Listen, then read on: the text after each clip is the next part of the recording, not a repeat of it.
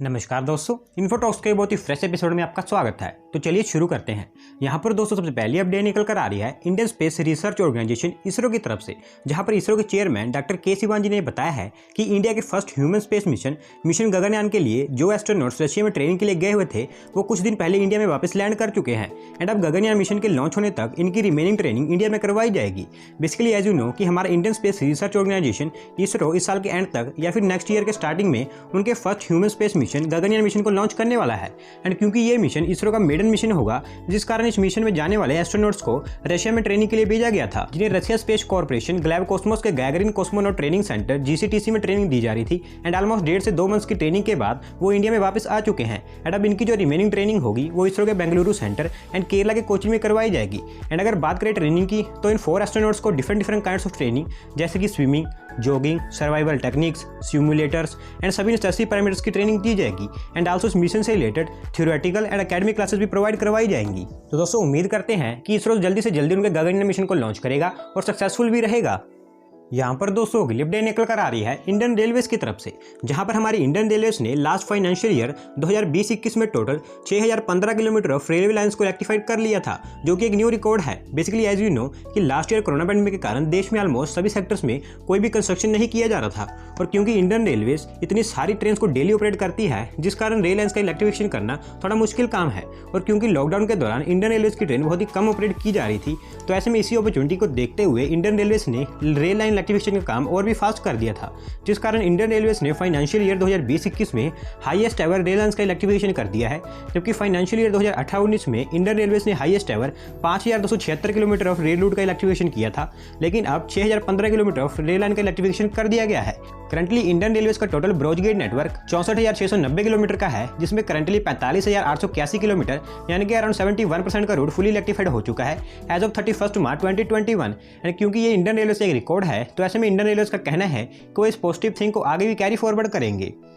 यहाँ पर दोस्तों अगली अपडेट निकल कर आ रही है state own telecom company Bharat संचार निगम लिमिटेड बीएसएनएल की तरफ से, जहाँ पर बीएसएनएल के 4G रोल आउट में कोई भी चाइनीज कंपनी शामिल ना हो, इसलिए डिपार्टमेंट ऑफ टेलीकम्युनिकेशंस एक नॉन नेबर पॉलिसी को प्रिपेयर कर रही है। बेसिकली मैं अपनी पिछली 2-3 वीडियोस में आपको बता चुका हूँ कि इंडियन टेलीकॉम सेक्टर में सर्वाइव रहने के लिए बीएसएनएल जल्दी से जल्दी उनके 4G सर्विस को रोल आउट करना चाहती है, पर सेंट्रल गवर्नमेंट ने बीएसएनएल को मैंडेटरी किया हुआ है कि उनके 4G नेटवर्क का मेन कोर इंडियन ही होना चाहिए। पर क्योंकि करंटली कोई भी proved and successful Indian main core network provider नहीं है, जिस कारण बीएसएनएल को उनकी 4G सर्विस को रोल आउट करने प्रॉब्लम आ रही थी। एंड इसी को देखते हुए department of telecommunications and the empower technology group की तरफ से बीएसएनएल को उनका 4G टेंडर 2 पार्ट्स में डिवाइड करने की अप्रूवल दे दी गई है, जिसमें से part A for domestic vendors and part B for foreign trusted vendors. And BSNL इसी मंथ या फिर नेक्स्ट मंथ तक उनके 4G टेंडर को इशू करने वाली है, जिसमें कोई भी चाइनीज कंपनी पार्टिसिपेट ना करे। इसलिए इस टेंडर में नॉन नेबर पॉलिसी को प्रिपेयर करके एक क्लॉज ऐड किया जाएगा, जिसके अकॉर्डिंग जिस देश की इंडियन कंट्री के साथ बॉर्डर लगता है उस कंट्री की कोई भी टेलीकॉम कंपनी इस टेंडर में पार्टिसिपेट नहीं कर सकती है। And mainly Chinese companies Huawei and ZTE ही है जो इंडियन टेलीकॉम सेक्टर में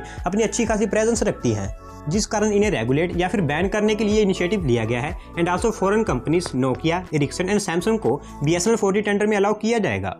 यहाँ पर दोस्तों अगली अपडेट निकल कर आ रही है India first and only domestic solar panel glass manufacturer Borosil renewable limited की तरफ से, जहाँ पर उन्होंने डिसाइड किया है कि वो उनकी solar panel glass manufacturing capacity को करंट कैपेसिटी से डबल करने वाले हैं। बेसिकली एज यू नो कि आज Indian industry and house holds की एनर्जी डिमांड बहुत ही तेजी से ग्रो होती जा रही है, और हमारी सेंट्रल गवर्नमेंट भी इस बढ़ती एनर्जी डिमांड को कैटर करने के लिए carbon emission free and renewable energy products पर जोर दे रही है, जिस कारण इस कंपनी की सोलर पैनल ग्लास की डिमांड इंक्रीज होती जा रही है। And already India sole domestic solar panel glass manufacture होने का एडवांटेज कंपनी का पहले से ही है। एंड क्योंकि सोलर पैनल्स में जो सोलर मॉड्यूल्स होते हैं उनकी सेफ्टी के लिए सोलर पैनल्स ग्लास को उनके ऊपर इंस्टॉल कर दिया जाता है, जो कि नेसेसरी है। एंड इसलिए ये कंपनी उनकी बढ़ती डिमांड को देखते हुए उनकी कैपेसिटी को डबल करने के लिए 500 करोड़ की मेजर इन्वेस्टमेंट करने वाली है, जिसके अकॉर्डिंग इस कंपनी की करंट 450 टन पर डे की solar panel glass manufacturing capacity को इंक्रीज करके 900 टन पर डे तक कर दिया जाएगा। करंटली ये कंपनी गुजरात के भरूच में उनका एक प्लांट ऑपरेट कर रही है, जिसे 500 करोड़ की इन्वेस्टमेंट करके इंक्रीज एंड एक्सपैंड कर दिया जाएगा।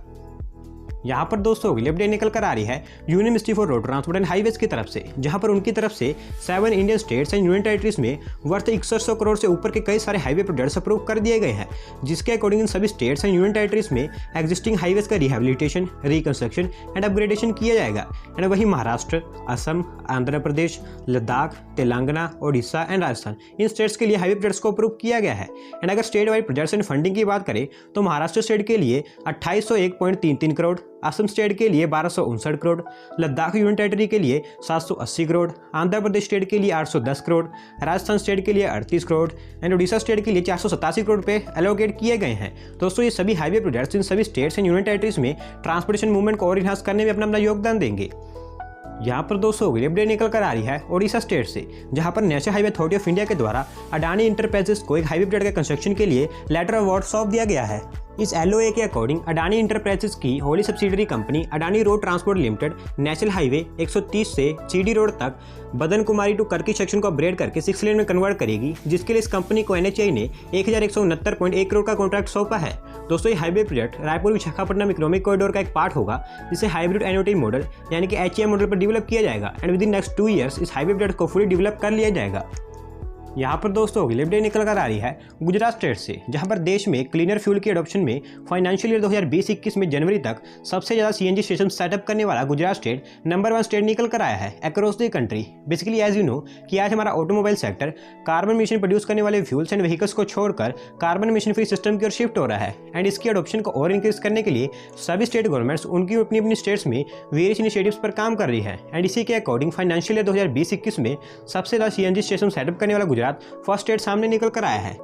जिसने सबसे ज़्यादा 102 सीएनजी स्टेशंस को across the state different places पर सेटअप किया है एंड ये नंबर्स ओनली जनवरी तक के हैं एंड अब मार्च भी खत्म हो चुका है। तो एस्टिमेशन के अकॉर्डिंग लास्ट फाइनेंशियल ईयर में गुजरात स्टेट ने उनकी स्टेट में 150 से ज़्यादा सीएनजी स्टेशन को सेटअप किया है। बेसिकली पूरी कंट्री में फाइनेंशियल ईयर 2020-21 में जनवरी तक 506 न्यू सीएनजी स्टेशन सेटअप किए गए थे, जिसमें से 102 तो गुजरात में सेटअप किए गए हैं। वहीं उत्तर प्रदेश स्टेट में भी इस लिस्ट में सेकंड नंबर पर आया है, जिसने सेकंड मोस्ट 89 सीएनजी स्टेशन को सेटअप किया है। वहीं महाराष्ट्र स्टेट थर्ड नंबर पर, जिसने 70 सीएनजी स्टेशन को सेटअप किया है। ओडिशा में 47, हरियाणा में 40 एंड राजस्थान स्टेट में 34 न्यू सीएनजी स्टेशन को सेटअप किया गया है। करंटली गुजरात स्टेट में टोटल 738 सीएनजी स्टेशन अवेलेबल हैं and also Gujarat state petroleum and natural gas regulatory board के सिटी गैस डिस्ट्रीब्यूशन नेटवर्क में 100% कवर हो चुका है। तो दोस्तों यहाँ पर एक बार फिर से अदर थिंग्स की तरह गुजरात स्टेट इंडिया में लीड कर रहा है। यहाँ पर दोस्तों अगली अपडेट निकल कर आ रही है नेशनल कैपिटल दिल्ली से, जहाँ पर दिल्ली गवर्नमेंट का कहना है कि पिछले 2-3 सालों से under construction Chandni Chowk redevelopment phase 1 को फुली रेनोवेट एंड ब्यूटीफाई कर लिया गया है।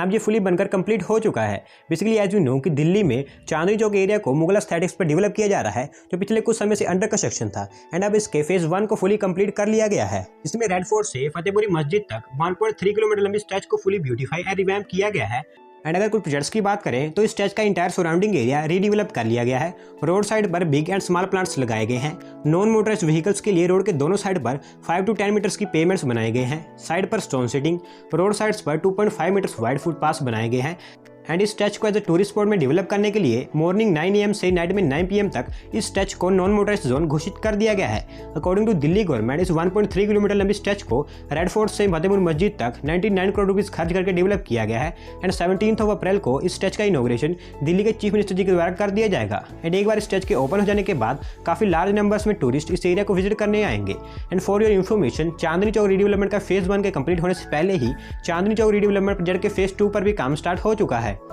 यहाँ पर दोस्तों अगली अपडेट निकल कर आ रही है यूनियन मिनिस्ट्री ऑफ फाइनेंस की तरफ से, जहाँ पर उन्होंने बताया है कि लास्ट फाइनेंशियल ईयर के लास्ट मंथ यानी कि मंथ मार्च में highest ever record 1.2 trillion rupees की जीएसटी कलेक्शंस की गई हैं एंड ये जीएसटी कलेक्शन जीएसटी के इंट्रोड्यूस होने के बाद आज तक का सबसे हाईएस्ट एवर जीएसटी कलेक्शन है। एंड अगर इसमें लास्ट ईयर में मंथ मार्च से कंपेयर करें तो ये जीएसटी कलेक्शन 27% हाईयर रिकॉर्ड की गई है। Basically union ministry of finance का कहना है कि कोरोना पैंडेमिक से जैसे जैसे रिकवरी हो रही है वैसे वैसे जीएसटी कलेक्शन इंक्रीज होती जा रही है एंड इस 1.23 ट्रिलियन रुपीस की जीएसटी कलेक्शन में से 22,973 करोड़ का सीजीएसटी है, 29,329 करोड़ का एसजीएसटी है एंड सिमिलरली 62,842 करोड़ का आईजीएसटी है।